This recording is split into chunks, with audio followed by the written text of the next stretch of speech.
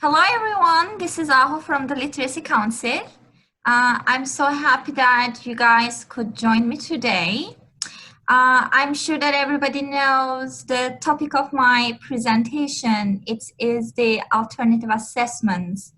I actually came up with this idea a couple of months ago when a couple of my teachers asked me about some classroom activities, and I was thinking, oh yeah, this is a very different activity, so let's do a presentation about that. And here I am with hoping that this presentation kind of would give you the idea about the activities or some informal assessments that you could use in the class. So I think if you have any questions, please feel free to post your questions in the chat box, and I will also send you guys a copy of my PowerPoint after I'm done. So Ahu, I just sent a poll out just so we know who's in the room, and it looks like we have instructional specialists, ABE instructors, ESL instructors, and other in the room. Yeah, I can see it. That's so neat. Yes, I can see it. Program administrator, instructional specialist, AB instructor, and other ESL instructors. Yeah. And so I want to thank everyone for joining us today. Please take a moment to introduce yourself in the chat box. And without further ado, Ahu, take it away. Yes, I'm also looking at the chat box, so who is here, but I might not be good at multitasking. So now let's start with the assessments, right? I have this cartoon for you. I'm not going to make fun of the test, but this is just to show you sometimes what we teach in the class and how we evaluate our students. As you can see, the teachers say that all year long, I have taught each of you to learn at your own pace, in your own personal style. The teacher also says everybody had their own goals, everybody was trying to reach their own unique potential. But at the end of the cartoon, the one in the far right, it says, but I am going to measure you with a standardized test, right? I wonder if this is the case in your programs or in your classes. I would like to show you here about the tests and assessments. So when we say tests and assessments, I believe that most people are under the impression that both of them are same, but actually they are not the same. Here's something for you just to remind us that they are different. So yes, all assessments, all tests are assessments, but not all assessments are tests. And also the tests are formal. So if you are working for programs that use CASA, STABE, and even the GED test or the GED Ready, or some of the time tests at the end of the units and everything, any other paper tests or computerized tests, they're all formal, and then they do come with strict time limitations. And then there are some rules as teachers or as students that we have to obey. And when we look at the assessments in general, they could be formal or they could be informal. So there are two different types of that. Then we think about the alternative assessments. Now, let me ask you guys, have you ever heard about the alternative assessments, right? Some people also call these assessments as informal assessments. The idea behind the alternative assessments is that this measures what the student knows. And then we would like for the student to show growth, and we would like to have good lesson planning, good instruction based on what our students know and what they would like to be able to achieve. And this could be an alternative to the traditional forms of testing. So, how can I, as an administrator, or how can I, as a teacher in the class, make sure that my students really are learning? So these are the alternative assessments are some ideas or some projects that we could use in the class to measure our students' performance in the class. And there are a lot of research, and here we do not stick to the traditional paper or pencil test, but we would like to really use different kinds of assessments for our students to be able to accomplish their goals or their individual growth in the class. So that's the main idea about the alternative assessments.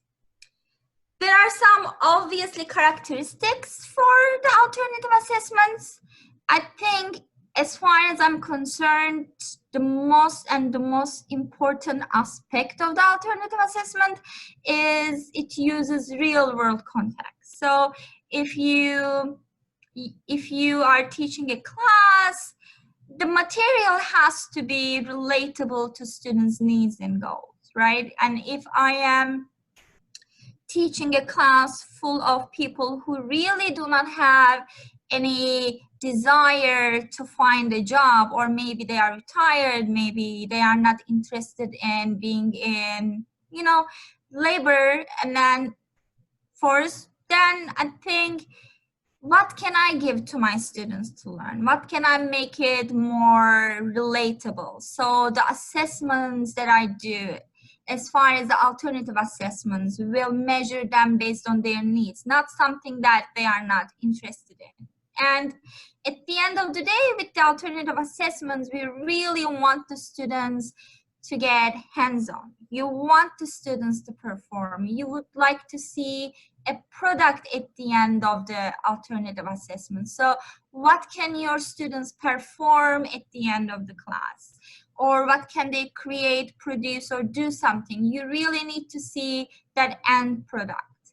And then also with the alternative assessments, these alternative assessments really measure what they do in every class. It never measures students for something that they have never or ever done before. And we are also focusing on the students' individual growth. How can we help our students in the class or also outside the class for them to reach their individual growth? It's not like you are going to compare one student to another one. We are not going to go to one student and say, hey, you know, your classmate has learned this. Why couldn't you learn this one? That's not how alternative assessments work. But when you do the standardized tests, obviously, there are scores, there are grade points, and you can see who did better point-wise or who did less from another student. So that's one part about the standardized tests.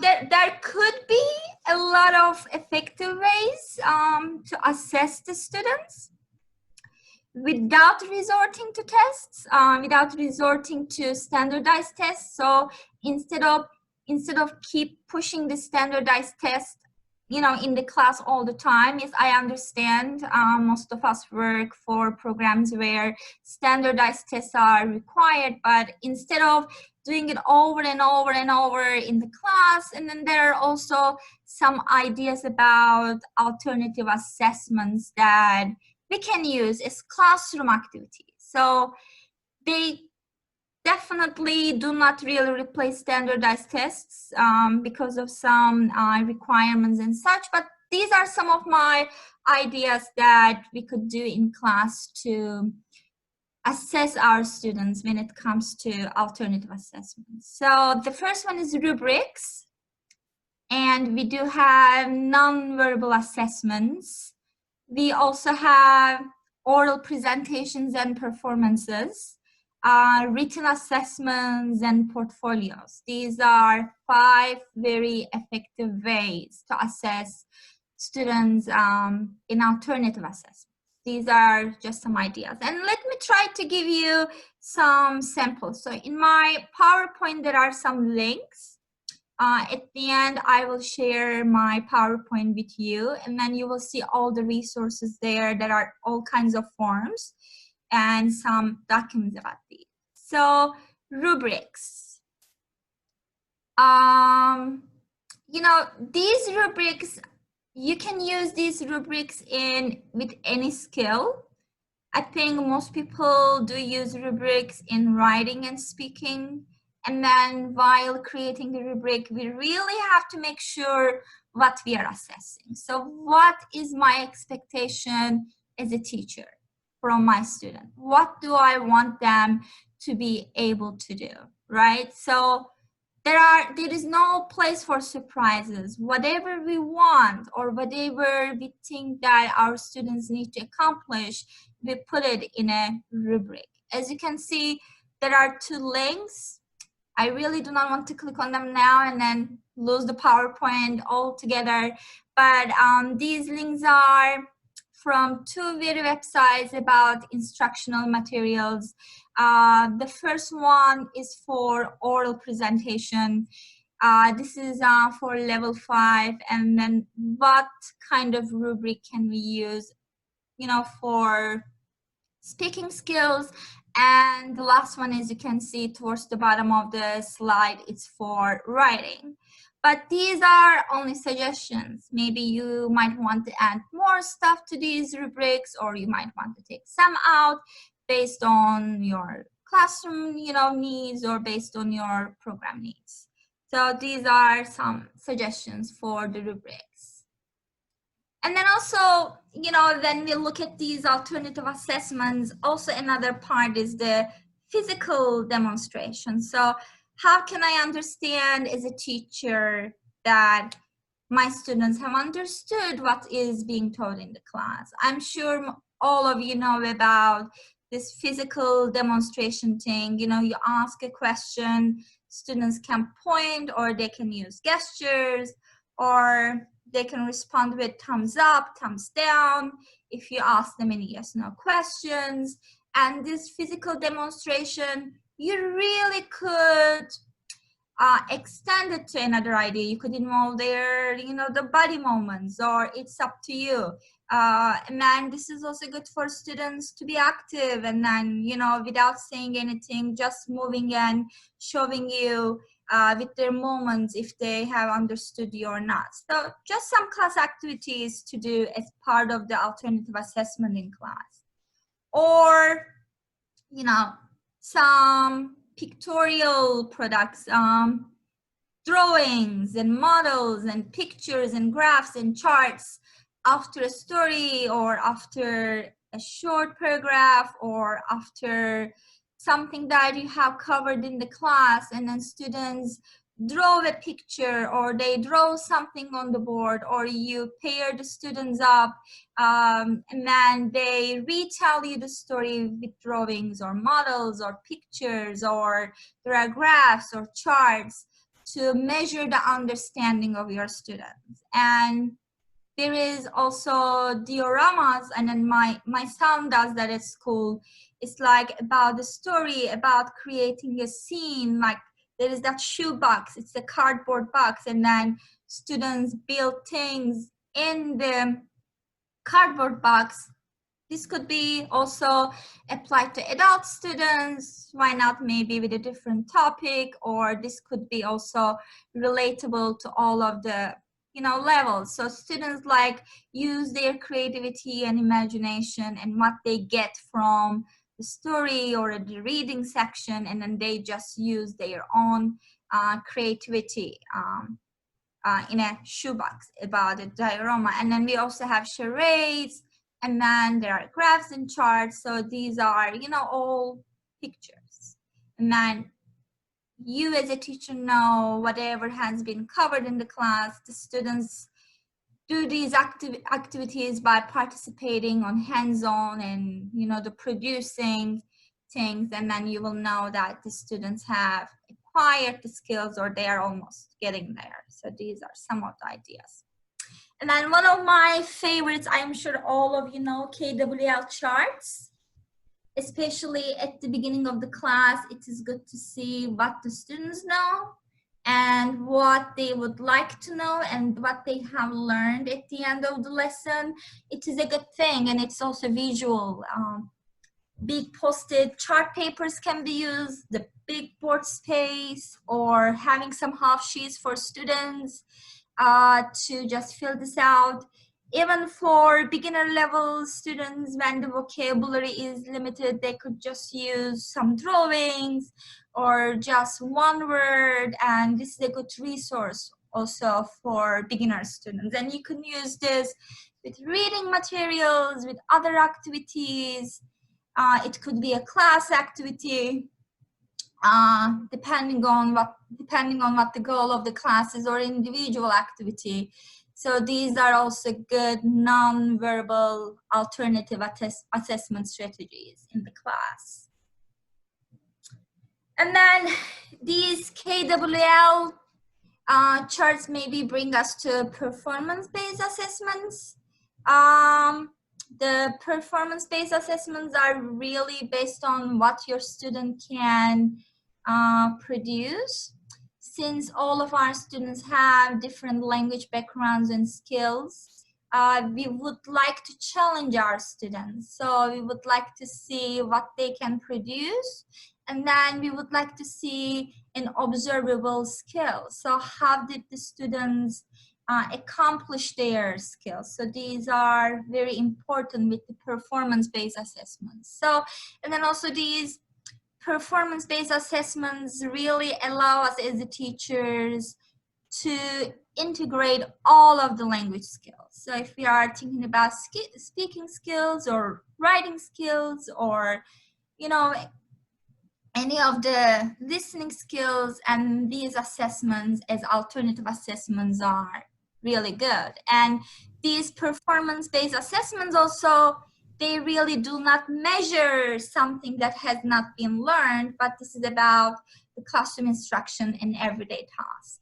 Ahu, we have a comment in the chat box. Sure. Someone is not clear on what a KWL chart is. Yes, the KWL chart is something that what you guys can do is that you write K, W, and L on the board, like a 3 sections. Before starting out the subject, before doing it with the class, we ask the students what they know about the subject. And then teachers write all the answers under K. And then also we ask the students what they would like to learn about the subject. It could be a subject or a reading passage or a topic, anything. Then it could be a classroom activity. Students could do it on their own. And then the student tell afterwards about what they would like to learn about the subject or the topic or the reading section. The last one is the L, is what they have learned. So after we get the answers for K and W, then we teach them what we need to teach. And then at the end, we ask students, hey, you wanted to know these at the beginning. Did you learn anything related with these? So they go under the L, what they have learned at the end of the lesson. Is this clear? Thank you, Ahu. Yes. No problem. No problem. All right, so we have another one about the oral performances and presentations. You know, having interviews in the class, pairing up students, the group work, it is a good way to do alternative assessment. Oral reports, we assign a topic to each student, they go do research, they come back and they report it in class. Role plays, right? We always do role plays, so it is a good way to understand what students have learned. It is very easy to do. Maybe it takes a lot in our classes, but it is an alternative assessment, right? And then also demonstrations. Students could demonstrate different ideas, different projects for you in the class.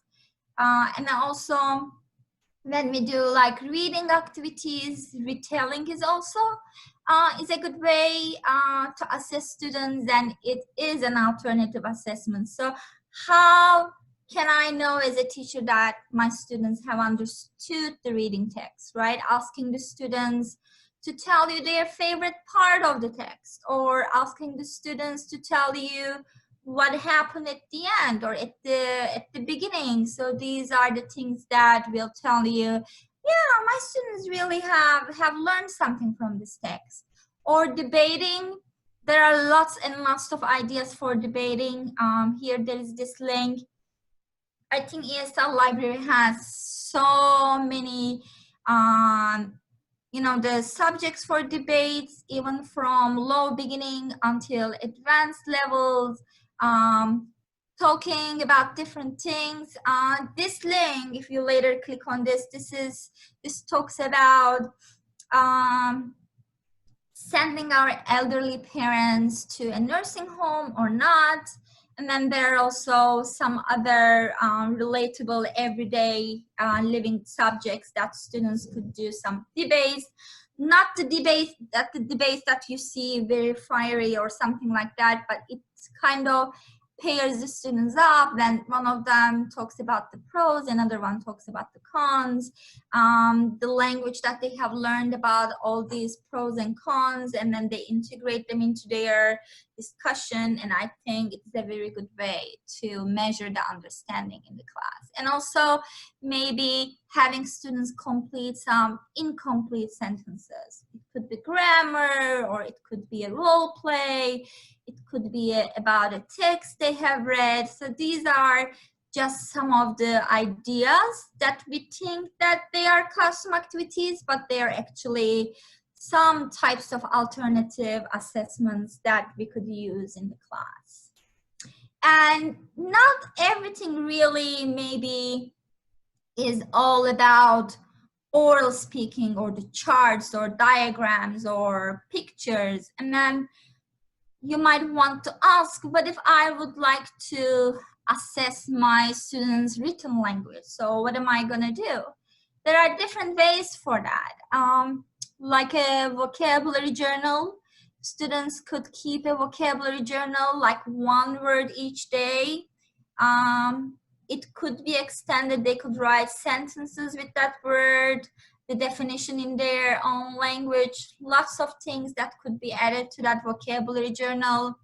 And then, as we know, oftentimes we do have students who are shy.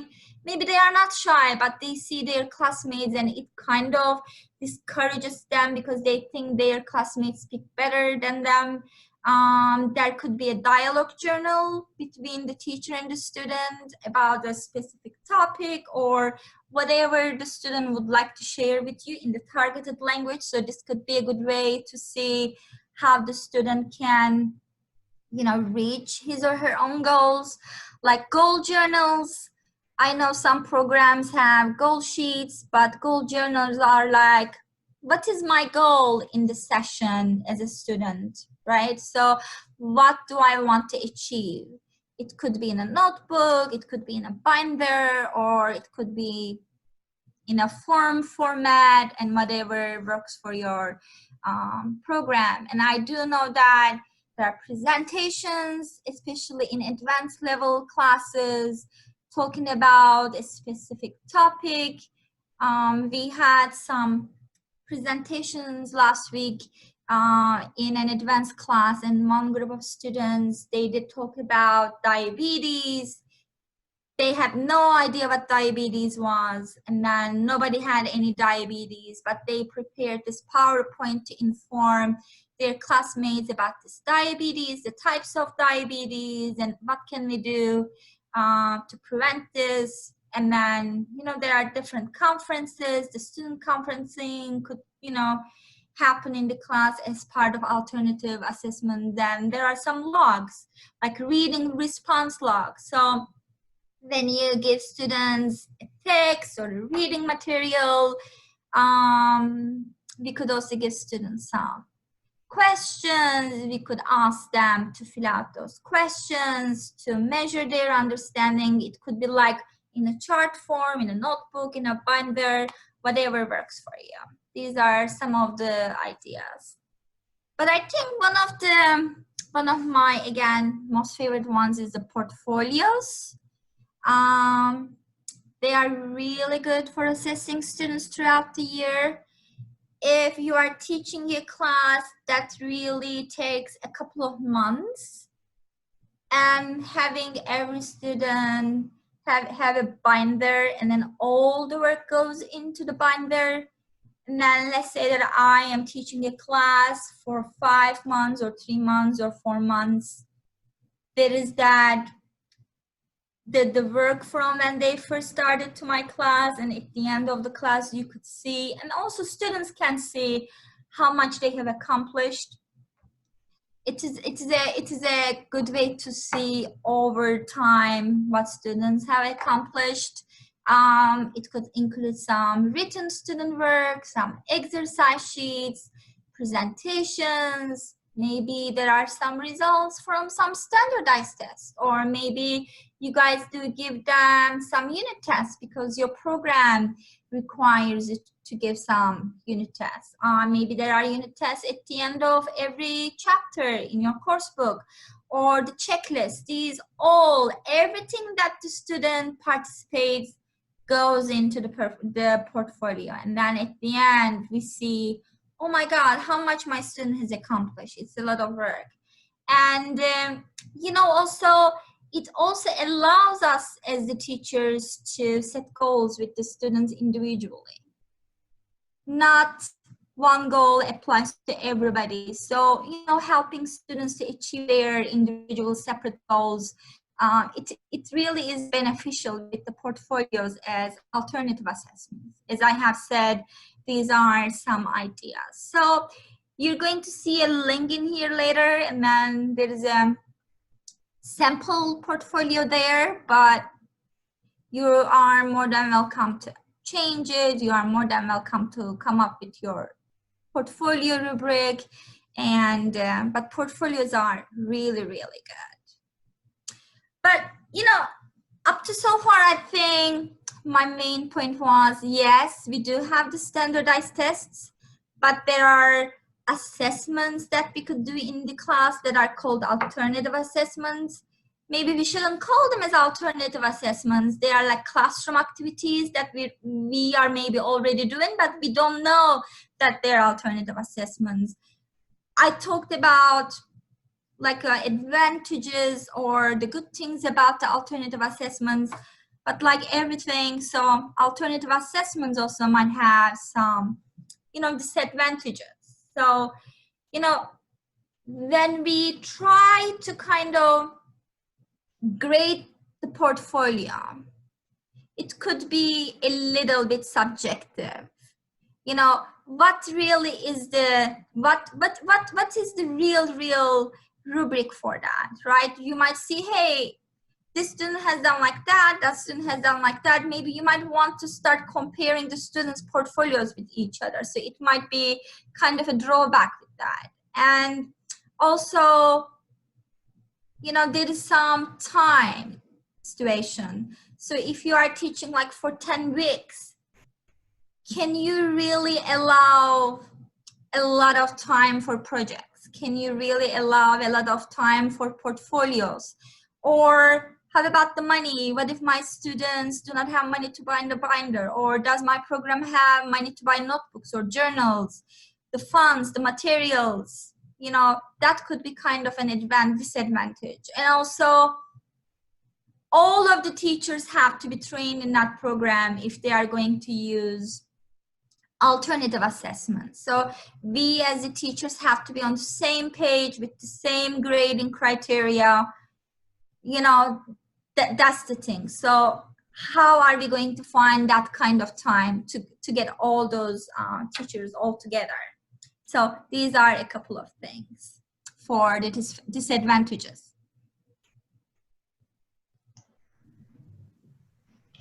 Thank you, Ahu. No problem, no problem.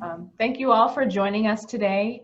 In the chat box, you'll see a few links. The first one is a Wix site, and it will have the recording of this presentation. Then you'll see a link for proof of participation if you need it. And the last link you see there is for a feedback survey. We'd love to hear from you. Please fill that out for us. And Ahu, we appreciate all the knowledge that you've shared today. Thanks so much for having me. And hi, Susan. All right. Have a great day, guys. Stay warm. Bye. Thank you. Bye-bye.